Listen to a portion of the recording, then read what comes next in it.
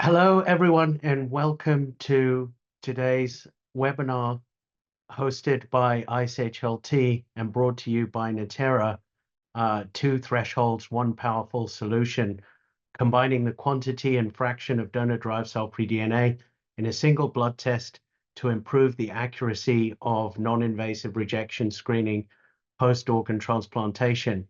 I am Michael Olymbios, and I am the medical director for heart transplantation at Natera.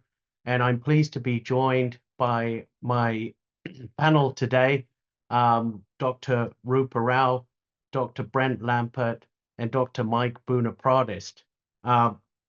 Today, we will be discussing donor-derived cell-free DNA and an enhancement to the test that is now available with the Prospera assay to include the quantification score of donor-derived cell-free DNA.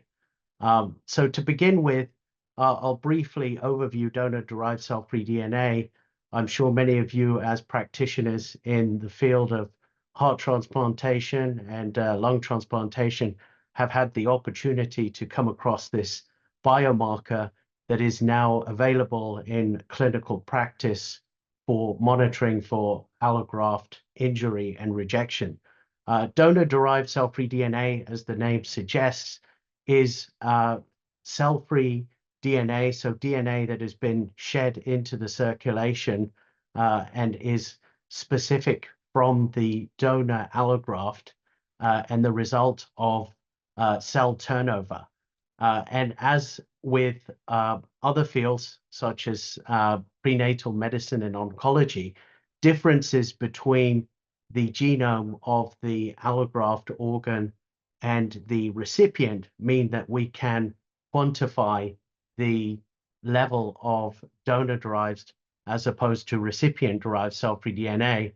And as a result, we can have a view into the increase in cell turnover of the allograft as a result of injury, particularly rejection, making it a useful biomarker that can be assessed non-invasively and possibly supplant surveillance biopsies, which are, of course, prone to complications and are invasive procedures.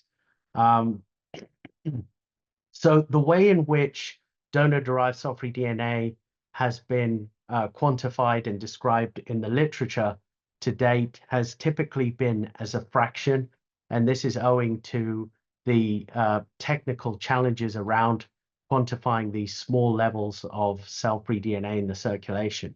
And as such, the values that I'm sure many of you have seen reported out are as a percentage, and that percentage is the fraction that you see here on this slide, which is the quantity of the donor-derived cell-free DNA over total cell-free DNA levels. And that total cell-free DNA in the denominator includes both recipient-derived cell-free DNA and donor-derived cell-free DNA. But the bulk of it is from the recipient cell-free DNA, and most of that in circulation comes from white blood cells.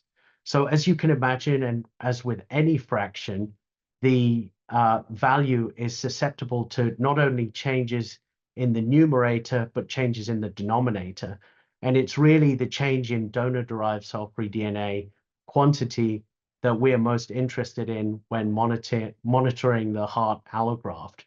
But the value is susceptible to changes in recipient-derived cell-free DNA. So, for example, these are some of the factors that can influence the total cell-free DNA levels, and they include infection, age, BMI, and as we will discuss later, it's quite common for transplant recipients to have quite a high variance of total cell-free DNA levels, even without anything going on, making the donor-derived cell-free DNA measurement as a percentage susceptible to those fluctuations. So here we'll see a stylized example of how the total cell-free DNA or recipient-derived cell-free DNA can influence the donor fraction that we typically see reported with donor-derived cell-free DNA tests. So in this stylized example, we see that in both fractions, the numerator is the same. In other words, we have the same level of donor-derived cell-free DNA, but the difference is in the recipient-derived cell-free DNA. In the numerator, you see the total, in the denominator, you see the total split out into donor-derived and recipient-derived cell-free DNA. And on the left, we see 99 units of recipient-derived cell-free DNA and an increase on the right to 250, despite no changes to donor-derived cell-free DNA quantity.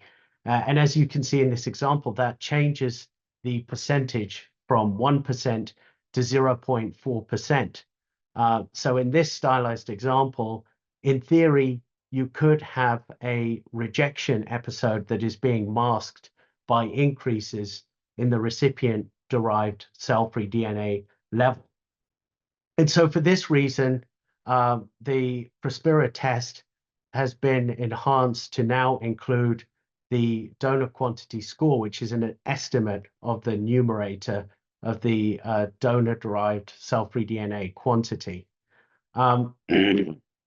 So the donor quantity has been studied for a number of years now in kidney transplantation and more recently in heart transplantation.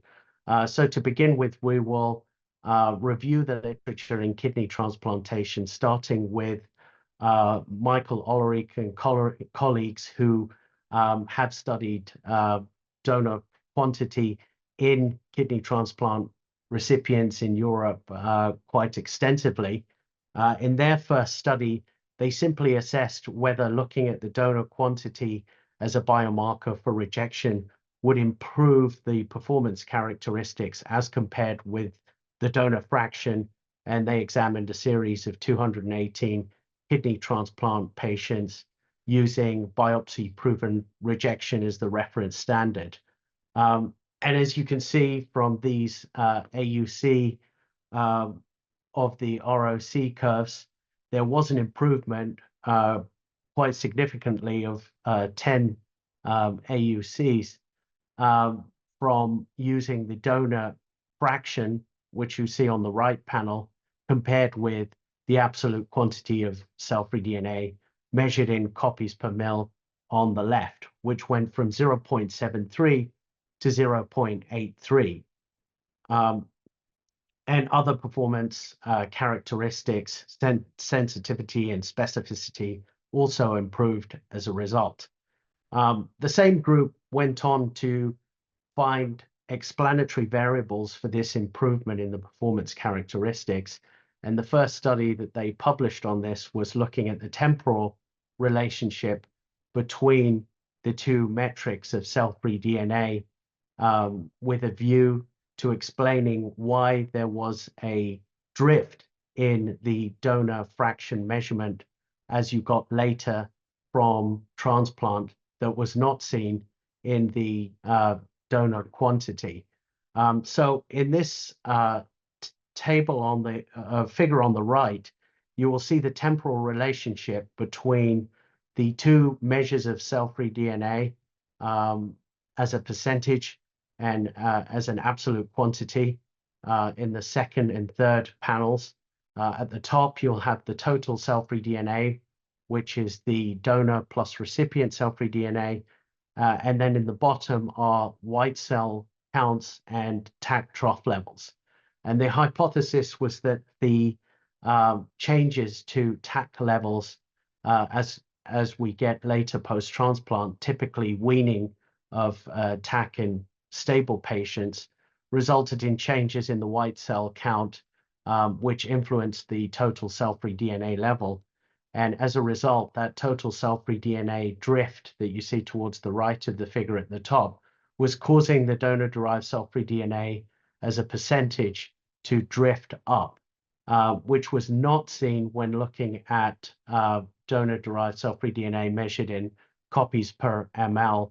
In the third panel down, there wasn't a statistically significant drift as seen with the donor-derived cell-free DNA percentage.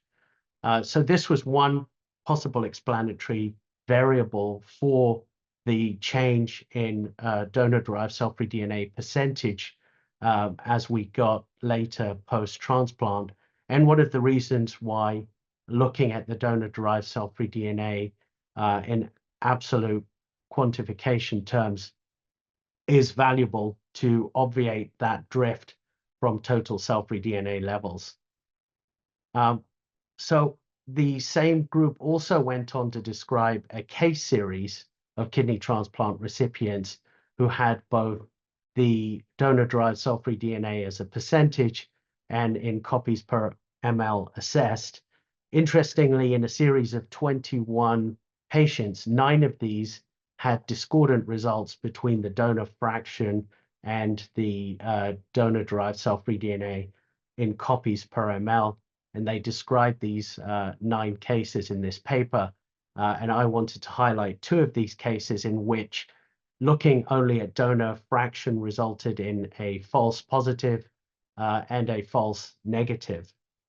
So in this first case, the group looked at a kidney transplant recipient who had both the donor-derived cell-free DNA percentage and absolute copies per ml measurements.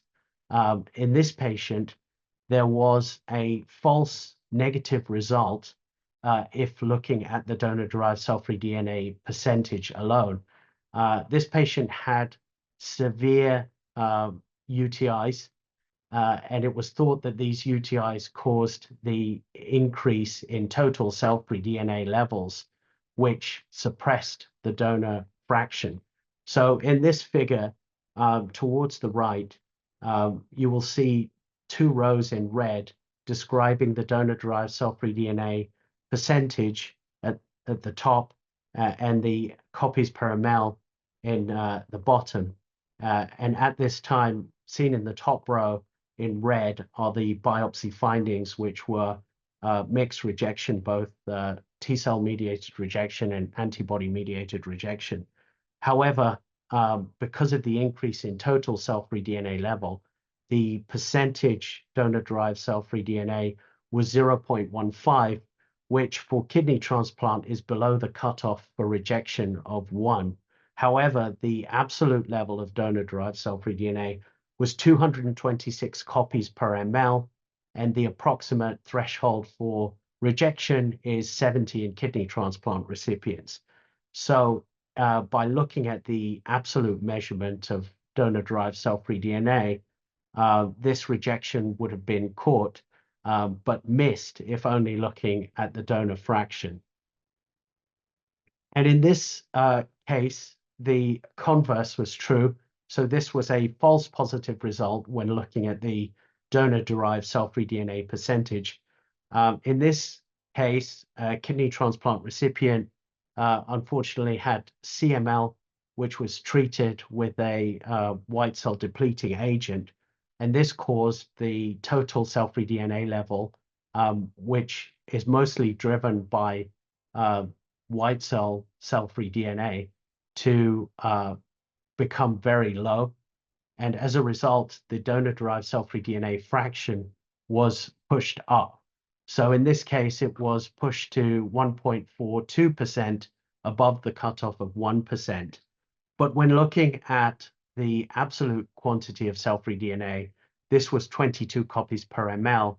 And this patient had an AMR episode that had been treated. So looking at the donor-derived cell-free DNA as a percentage alone would have resulted in a false positive result and possibly unnecessary continued treatment for that AMR. But when looking at the absolute quantity of donor-derived cell-free DNA, we see that the level was 22, far below the cutoff of approximately 70. So these 2 cases in kidney transplant really illustrate the value of looking at this additional metric for donor-derived cell-free DNA. Next, we review the nascent literature of quantification in heart transplantation, starting with the group out of Sweden, Burma and colleagues, who not only published their findings in Transplant International, but for those of you who were there, presented these findings at this year's ISHLT meeting, where they examined both donor-derived cell-free DNA percentage and quantification metrics in adult and pediatric heart transplant recipients. They used their own homebrew assay to assess cell-free DNA levels in 52 heart transplant recipients. 41 were adults, 11 were pediatric, and they derived 580 samples from the cohort. There were 13 rejection episodes derived from 7 patients. And in their study, they compared the performance of donor-derived cell-free DNA percentage to absolute quantity of cell-free DNA, and looked at the variance of the total cell-free DNA within this heart transplant cohort. As has been shown in many studies, there was a statistically significant increase in both the donor-derived cell-free DNA percentage and copies per ml metrics in biopsy-proven rejection versus no biopsy-proven rejection. But interestingly, they highlight some of the variance seen intra-patient with these total cell-free DNA levels that caused differences between the donor fraction and the absolute quantity of donor-derived cell-free DNA. In this first case, on the top panel, you'll see both the total cell-free DNA measure, that's in gray, the recipient-derived cell-free DNA measure in red, which contributes most of the total cell-free DNA level. And then in the bottom panel, panel B, is the donor fraction metric in black and the donor-derived cell-free DNA quantity in green. What's interesting about this case is the high degree of variance seen in the total cell-free DNA level across time. You can see the fluctuation, which can cause discrepancies between the donor fraction and donor-derived cell-free DNA in copies per ml. One of the more interesting measurements to look at is the second one along, where it appears, if you look only at the donor fraction, that there was an increase between the first and second measurement. However, that increase can be explained by the dramatic decrease in the total cell-free DNA level. And when looking at the green line, so the absolute quantity of cell-free DNA, we can see that the cell-free DNA was actually trending down recently post-transplant. And again, this highlights how the total cell-free DNA fluctuations, which can vary quite significantly, can influence these donor fraction measurements. And in the second case highlighted in their paper was actually a biopsy-proven rejection case in which the donor fraction measurement would have missed the rejection, but it would have been caught using the quantity of cell-free DNA. So here we see in black, again, the donor fraction, and then at the purple arrow is the biopsy-proven rejection. Looking at the donor fraction, it appears as though there is no real increase in donor-derived cell-free DNA. However, when looking at the absolute quantity of cell-free DNA, there is a significant increase. And we can see that the donor fraction was artificially suppressed by a dramatic increase in total cell-free DNA levels. That was the result of the donor fraction not increasing during this episode of biopsy-proven rejection. And so this would have been a false negative result if only looking at the donor fraction. And then finally, we move on to our own study looking with the Prospera test and adding in the donor quantity score, which is the estimate of the quantity of donor-derived cell-free DNA, where we found an increase in improvement in our initial validation study across the board, looking at all performance metrics to discriminate biopsy-proven rejection from non-biopsy-proven rejection. And as a result, we have now combined the donor quantity score into the results of the Prospera assay, which are available in addition to the donor fraction result. And what we found was that by combining the two metrics into a double threshold, whereby either metric being positive results in a positive finding for increased risk of rejection, we were able to decrease the false positive rate significantly without sacrificing sensitivity. And so using 0.26% for the donor fraction and 18 copies per ml for the quantity score of cell-free DNA, whereby either value being above its threshold is considered positive, we have fewer false positive results, which means in theory fewer unnecessary biopsies, but without sacrificing sensitivity.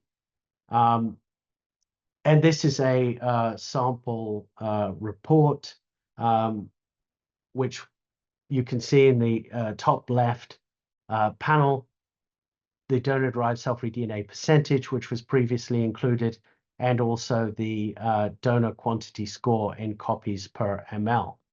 And so with that, I want to now hand over to Dr. Mike Buddha-Pradis, who is a transplant nephrologist at UCLA, to describe his experience in clinical practice with the donor quantity score in combination with the donor fraction.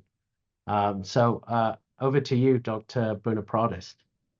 Thank you, Michael, and thank you, Natera, for inviting me to give a talk at the webinars. So I will share two experiences. One is our own experience at UCLA, and the second is with the larger study that looking at the utility of the two threshold in kidney transplant. Next slide, please. So we published this paper with the work that collaborate with Natera. The same idea, we are looking at whether or not by adding the total the donor's cell-free DNA total amount would improve the characteristic of the study. This study was published in 2021, and that led to the Natera changing the way they report the test after that. Next slide. So this is study cohort that was used. So at the time we had 41 patients, and each one of them has one Prospera sample. So among these 41 patients, 16 of them were biopsied and 25 of them were not biopsied. The reason that we biopsy patients in our practice is pretty much because of the allograft dysfunction. So that's our cause. We use the criteria, the BAM 2017 criteria for the kidney, that's the criteria for pathology diagnosis. Among 16 patients that got biopsy, 9 of them had biopsy proven rejection, and 7 of them had biopsy proven non-rejection. So with this, the 7 with non-rejection were combined with the 25 that were not biopsy, and we confirmed that they were stable. So 9 patients with biopsy proven rejection and 7 plus 25, 32 with clinical stable and not biopsy proven rejection. Among 9 patients that had biopsy proven rejection, on the left one, the first left, or if we use only the donor fraction, we were able to make a diagnosis in 7 out of 9 patients, meaning that the cutoff for the kidney gain is 1%. So if we use the donor fraction, but also the amount of donor-derived cell-free DNA, we were able to pick up the other two. So we got 100% sensitivity in that case to pick up the 9 of 9 rejection. On the right side, the lighter blue, in low risk, meaning that clinically stable or biopsy proven non-rejection, if we use only donor fraction, and now we are ruling in for non-rejection, then we found that 29 out of 32 is look low consistent with clinically stable non-rejection. If we were to add both the donor fraction and the estimated amount of donor-derived cell-free DNA, we would have lost one patient. So the number down from 29 to 28, meaning that one of them were called rejection when they indeed did not have it. Next slide, please. So among 16 patients that had a matched biopsy, as I discussed earlier, 9 of them had biopsy confirmed rejection on the left column, and these are the type of rejection. 5 of them were T cell mediated rejection, 1 were AMR, and 3 were mixed rejection, so combination of T cell and antibody rejection. The other 7 that had confirmed non-rejection, 2 of them had PK nephropathy, 1 had ATN, with some fibrosis, 1 had ATN with phosphoisometric vacuolization, probably CNI toxicity. 1 had ATN alone, 1 had chronic active TNA, and only 1 had no significant allograft injury. Remember, these are biopsy for cause, so they have some sort of dysfunction. Next slide. So this show into more detail of those patients who had the rejection. So of them here had rejection. The first several columns are the patient characteristic.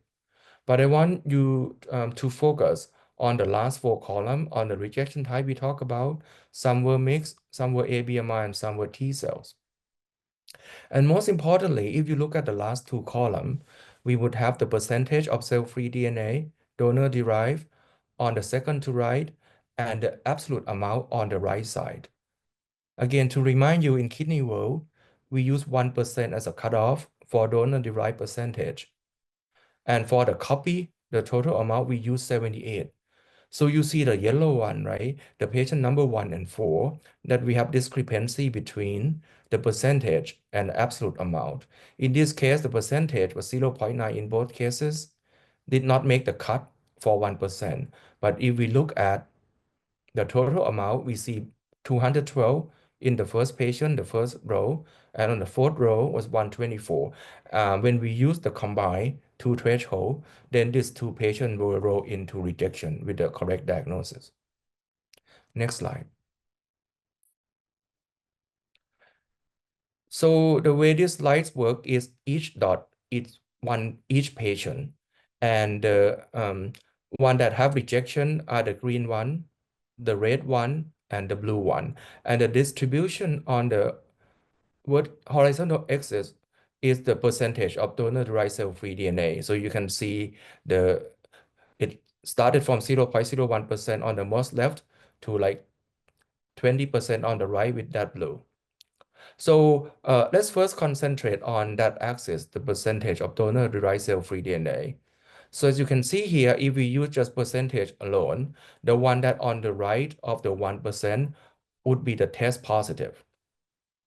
We correlate that to the biopsy result, which is the color.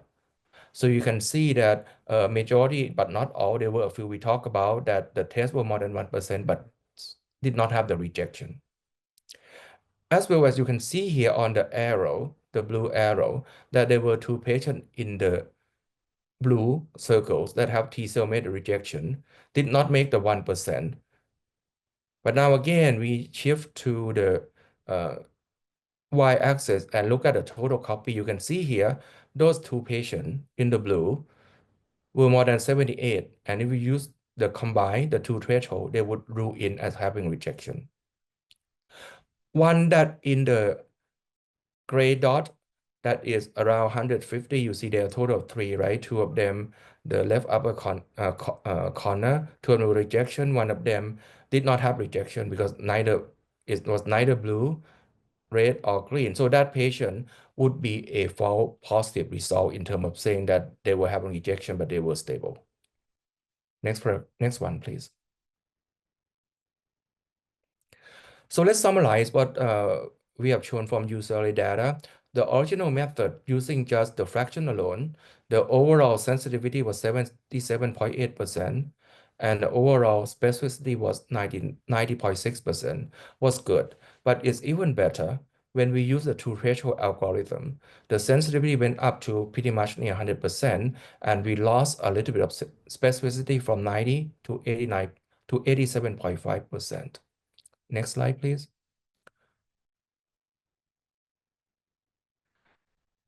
So the conclusion is the variable amounts of cell-free DNA can skew the interpretation of donor-derived cell-free DNA that rely on just fraction, like Michael has shown in both the kidney and in the heart transplant.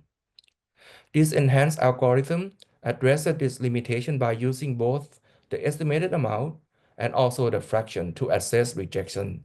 So either of those was positive would be considered for positive, uh, uh, would be considered positive. And a larger fully matched cohort is planned to refine the performance estimated of this method. That was 2021. Next slide. And I'm glad that the bigger study was published. This study is called Trifecta publication. And the reason it's called Trifecta is they're looking at biomarker, in this case, donor-derived cell-free DNA. They look at conventional pathology diagnosis, which is by the light electron microscopy and immunofluorescence. And they also look at molecular microscopy by looking at the gene expression in the biopsy and try to correlate the three of them. That's the name Trifecta. It's the largest multi-site prospective, fully biopsy matched cohort with donor-derived cell-free DNA analysis conducted to date. So the detailed publication, there were 367 biopsy matched sample, 125 confirmed rejection, about a third. There were a total of 25 US and international sites. UCLA wasn't one of them. Next slide. So this is the same way of we looking at in my previous study. The x-axis go with the donor-derived cell-free DNA from 0 to 10. And the y-axis is the absolute number, as shown here, that go from 1 to 1,000. So the concordant rate between the two would be the right upper corner, that more than 1% and more than 78. So the one that discordant again is the one that don't derived cell-free DNA less than 1%, but copy more than 78. That is the left upper column. So you can see here that there were quite a bit of rejection here that were missed by using the percentage alone, but were picked up by the absolute number more than 78. That is circle in this case. There are quite a bit of them. So this large study confirmed what we've shown so far, that the combination of donor-derived cell-free DNA fraction and quantity show greater sensitivity of detecting, in this case, 6 additional cases of rejection compared to if we use only percentage alone. Next slide, please. So in summary, what we are doing now in kidney transplant is we use the two threshold. So either if the donor derived percentage more than 1% or the absolute number more than 78, Natera would report increased risk of rejection. So this would be either percentage more than 1 or absolute more than 78. They would only call decreased risk for rejection if both were negative, less than 1% and total less than 78. I think this is my last slide. Thank you. Thank you, Dr. Bunapradist. I think it was a very useful discussion for the heart community to hear and definitely to view the extensive experience of the kidney transplant world in incorporating the donor quantity score into clinical practice. Now we move on to a panel discussion in which both Dr. Mike Bunapradist is to be joined by Dr. Brent Lampert from Ohio State University and Dr. Rupa Rao from Indiana University to discuss their early experience with the donor quantity score in heart transplantation, and also to glean some of the learning opportunities in kidney transplantation. So to start with, we can ask broadly for the panel to share their early experience, and this is to the heart panelists, with the donor quantity score. And both Dr. Rao and Dr. Lampert have been kind enough to bring along some early case studies to share with us. So I guess I'll start, Dr. Rao, I can direct the question to you. Or Dr. Lampert, I see you're ready to go, so maybe you can answer first. Sure, I'm happy to answer it. And thank you, Dr. Olympios, for inviting me and allowing me to participate in this panel. Our early experience has been quite favorable. I'll say I'm always a little hesitant to layer tests, especially if there's a high chance of discordance and confusing us on the clinical side. And so after maybe the first 6 to 8 weeks of using the DQS score, we looked back to see how much discordance was there internally with our patient population. And we found that we had really only 4 cases in that early experience, so single digit percentages. And I actually found that quite reassuring. It gave me even more confidence in the test, both positive and negative tests, to feel comfortable that that was guiding our clinical decision making. And yet, in those isolated 4 cases, there were, really some helpful differences where, again, it was able to guide our decision making, whether to biopsy, to not biopsy. How do we address that? So, and I think, as you alluded to, I've got some cases that I can share a little bit later, highlighting both the benefit of the DQS when it is concordant with the fraction and when there are discordant tests. Great, thank you, Dr. Lampert. And Dr. Rao, perhaps you can share your early views and early experience with the donor quantity score. Yeah, thank you for inviting me. Our experience has been very reassuring. Again, we reviewed all the cases, and looking back, we found that the combination, the addition of donor quantity score has significantly reduced the false positive rate. And also, it's very reassuring to know the absolute number of copies. It adds another layer of comfort that I can monitor this patient rather than just relying on one parameter. So I agree with Dr. Lampert that our experience so far has been favorable, and the addition of donor quantity score, the absolute copies, has definitely helped in knowing the extent of graft injury over there, and also to reduce further interventions, having a little comfort in, yeah, this is something that we can wait on and maybe repeat another test rather than jumping and taking the next step of putting the patient through multiple tests. Great, thank you, Dr. Rao. And so before we move into questions from the audience, perhaps we can discuss some cases where you have already seen that the donor quantity score has added value. So, Dr. Lampert, I believe that you have an interesting case to share. Yeah, thank you. I think I'm going to go through 2 of our recent cases where we found the donor quantity score to be quite helpful in guiding our decision making. So this first case is a 60-year-old male, history of dilated cardiomyopathy. He's also HIV positive. He was transplanted almost a year ago exactly.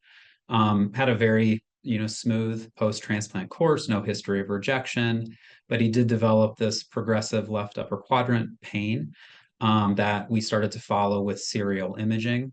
Initially, this was thought to be a subcapsular splenic hematoma. And on imaging that was done, as you can see, kind of mid-spring, the size of the hematoma had increased. And so he was following with us and with a surgical team, at which point they decided, given the change, that it needed to be addressed. So the initial approach was going to be a splenic artery embolization on June 4th. However, when they started the procedure, that he was found to have purulent material, and they ended up converting to a robotic splenectomy. He was treated with antibiotics. He had from a splenectomy standpoint, had an uncomplicated post-op course. Next slide, please.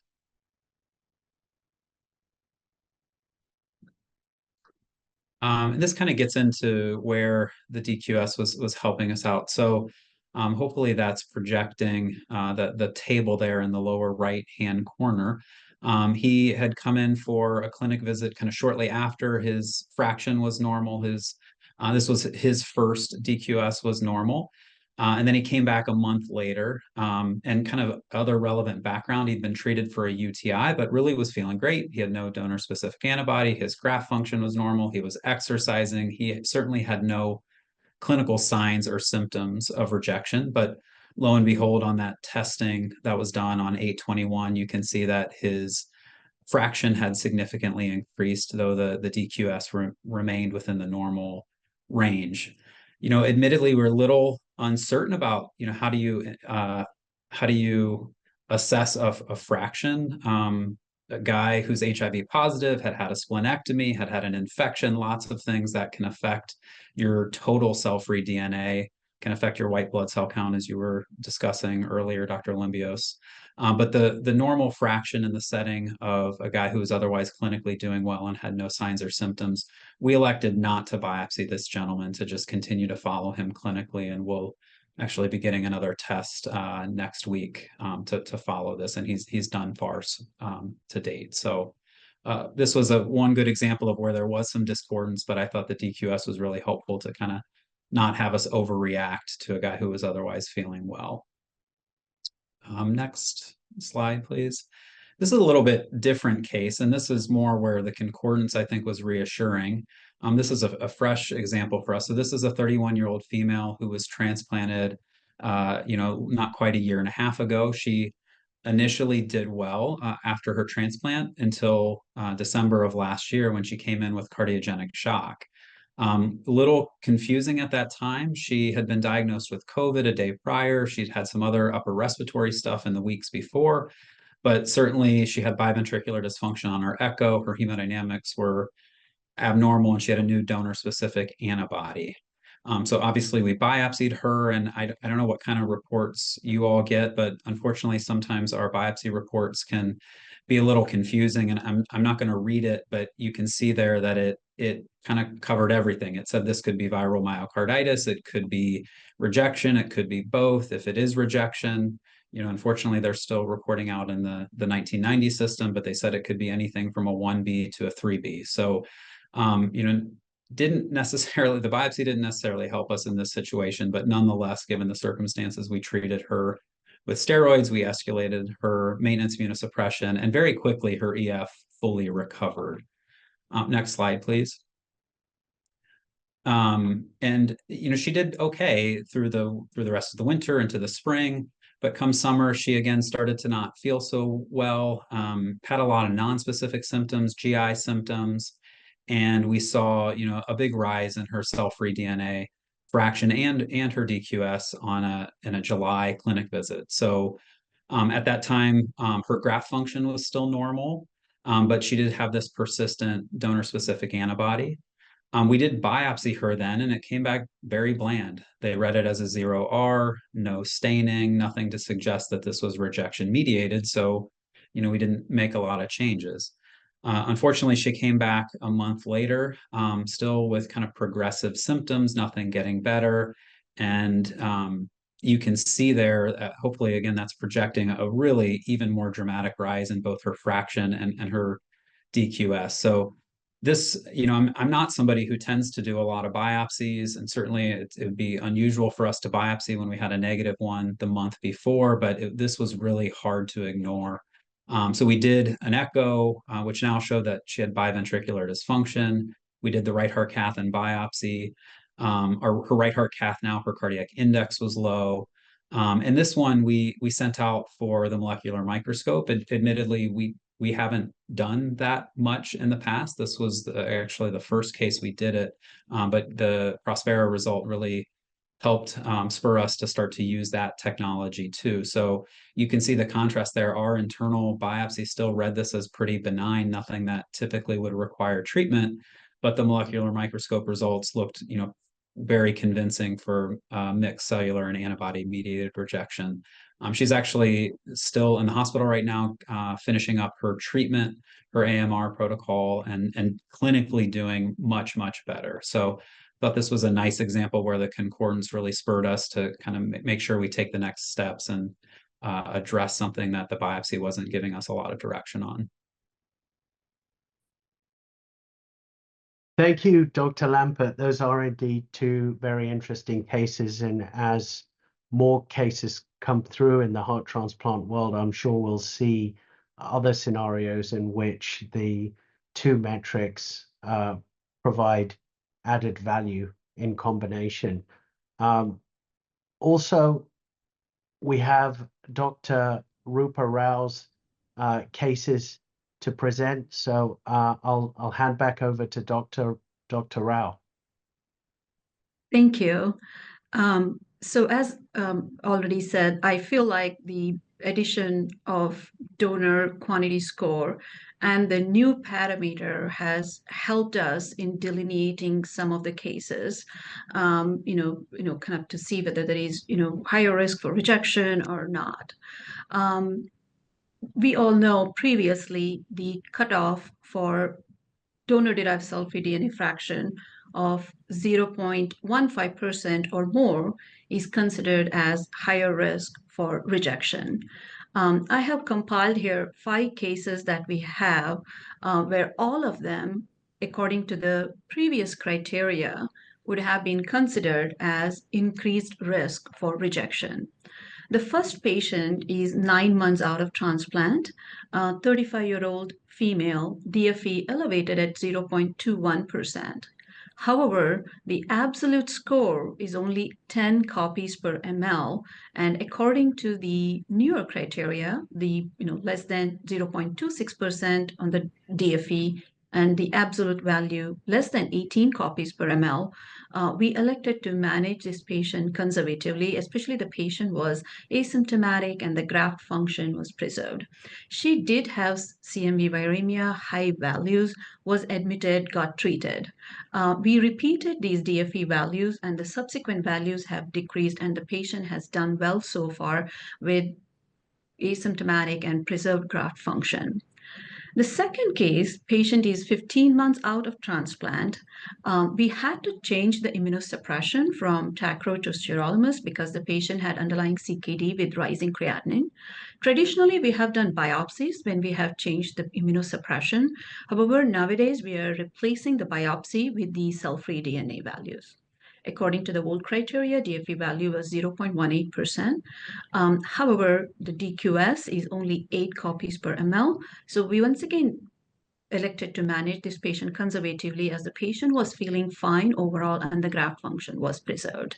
The subsequent DFE values have decreased and the patient is doing well. The third case, which is a little unusual, patient is more than 20 years out from transplant, was transplanted as a kid. He's 26-year-old male with symptoms of like shortness of breath, not feeling good, decreased exercise capacity, fatigue. So we did the full workup on this patient, had left heart cath, no CAV, DSAs were negative, LV function was preserved. Because of the nature of symptoms, we went on to biopsy this patient, and the biopsy did not show significant rejection.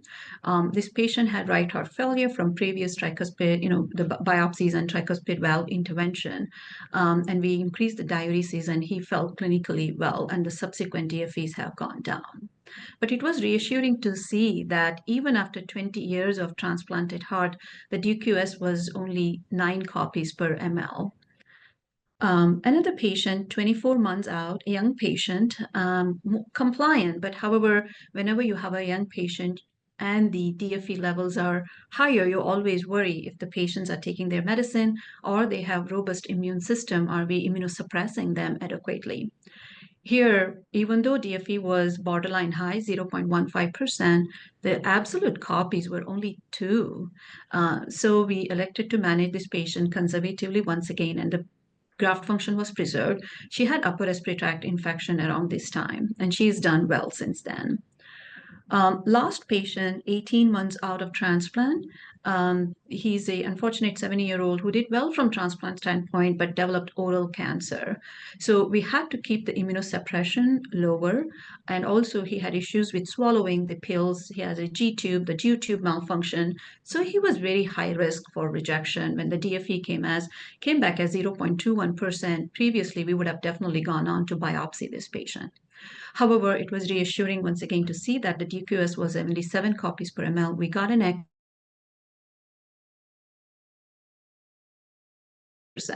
So we elected to manage this patient conservatively, and the subsequent blood DFEs have gone down, and his graft function is preserved, and he is doing well. So this goes on to kind of reinforce the fact that the combination of new threshold of 0.26 and the number of copies, having that information has helped us to decrease the false positive rates, has helped us to be reassured in treating these patients conservatively. Next slide. I'm going to share two cases here where the results were concordant. Two unfortunate cases where there was significant rejection, severe graft dysfunction requiring mechanical circulatory support system in both of them.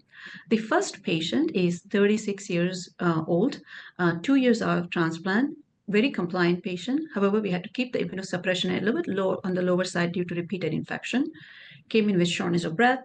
Initial biopsy showed cellular rejection 2R, no DSA at that time. Treated him with solimedrol and prednisone, but he had worsening functional status, worsening symptoms, and then was admitted and had severe graft dysfunction. So he was treated with, we threw the kitchen sink, thymo, plasmapheresis, everything. The patient deteriorated very quickly. The cell-free DNA was very elevated at 3.33%, and the absolute number of copies were 263 copies per ml. This is a patient with an EF of less than 20%, in shock, needing balloon pump. However, at this time, as we are treating, we are not very sure if our treatment is effective. Should we be doing more? And as the patient is deteriorating and becoming septic and going into multi-organ failure as well. We obtained repeat cell-free DNA values about 10 days after the initial one.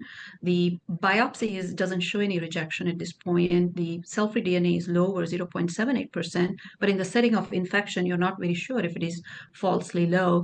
However, the copies, the absolute number of copies were going down at 192 copies per ml. So we knew that we are treating this patient, somehow the damage is going down.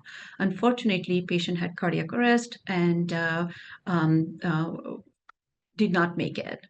The second case is a 44-year-old with heart transplant 4 years ago, comes in with abdominal pain, LV function moderately reduced with EF of 35%.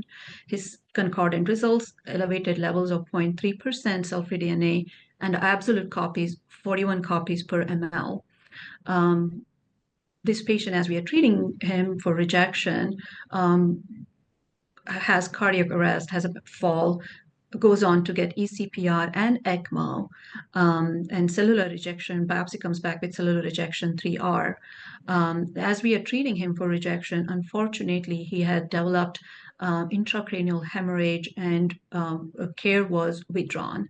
So this is an example where with concordant results, the extent of graft injury, the available number of copies per ml helps us to know the extent of injury, and also in cases where we are treating for rejection, it was reassuring to see that the number of copies were coming down. I think in summary, it is definitely, for our experience, it has helped to reduce the false positive rates, and to kind of overall helps in decision making with added information. Thank you, Dr. Rao, again for these interesting cases. Now, in the brief few minutes that we have remaining, we open up to questions from the audience. We already have a couple of questions. If you have any, please do type them into the Q&A function in Zoom. So I'll start with the first question from Sai Bagra, who asked the heart transplant physicians on the panel to share their SOPs when using cell-free DNA to follow heart transplant recipients. How frequently do they use the test in the first year? And has it replaced surveillance endomyocardial biopsy? Yeah, absolutely. We've been using cell-free DNA levels for a few years now. We have modified our biopsy protocol. We initially started by pairing the cell-free DNA values and the regular protocol, evaluated how we are doing, and based off of that, we currently do 4 biopsies in the first 2 months, every 2 weeks. And then we do biopsy at 1 year. And in between every month, we get the cell-free DNA. And analysis of our own data every 6 months, it's been pretty reassuring. We have not missed any cases of rejection. And in fact, this monitoring every month in the first year has helped us to detect some non-compliant patients, because patients are completely asymptomatic, but the only clue is that the cell-free DNA is high, and has helped us to detect some rejection cases. So we are pretty comfortable now in going by the cell-free DNA alone. Yeah, likewise, we followed a similar path as Rupa. We initially paired our cell-free DNA and our biopsies early a couple years ago, and once we got more comfortable, we have replaced our biopsies with cell-free DNA. A similar protocol we do for surveillance biopsies routinely over the first year, though even those now, and if there are access issues or other challenges with getting biopsies, we've become quite comfortable kind of skipping biopsies and just doing cell-free DNA, and we're doing that essentially monthly at their monthly visits. And we continue. I see your other question there, kind of building on that. We continue to check when they come back for clinic visits at year 2, or out through year 2 and 3, and recently developed a protocol to reduce immunosuppression using the cell-free DNA guidance, not in everyone, but in those low-risk patients who haven't rejected, who don't have donor-specific antibodies, who've had normal cell-free results kind of out to a year. We then very intentionally and slowly start to peel back immunosuppression as long as the cell-free DNA remains negative, to get down to a little bit lower threshold to kind of avoid some of the over-immunosuppression side effects that we tend to see in patients. Great, thank you. And another question that actually came in from Dr. Jens Boehmer, whose paper we reviewed in the earlier part of the talk, asks for the technical procedure used to quantify the donor-derived cell-free DNA in copies per ml. Very briefly, I can say that it's using PCR and a method very similar to that described in your paper, in which samples are spiked with known quantities of cell-free DNA, which permits the more accurate quantification of the donor-derived cell-free DNA fragments in the sample. We do have a paper that we are drafting, a full-length manuscript, which will include in the methods section a more detailed view into how the donor quantity score is derived. But thank you for attending, and thank you for your question. And with that, I don't believe there are any further questions. So I would like to thank our panel, Dr. Mike Buner-Pradist, Dr. Brent Lampert, and Dr. Rupa Rao, for this discussion today on the donor quantity score and donor-derived cell-free DNA in heart and kidney transplantation. And thank you, the audience, for joining this afternoon. We hope you enjoyed the webinar, and if there are any follow-on questions, please feel free to get in touch. So thank you, everyone, and enjoy the rest of your day.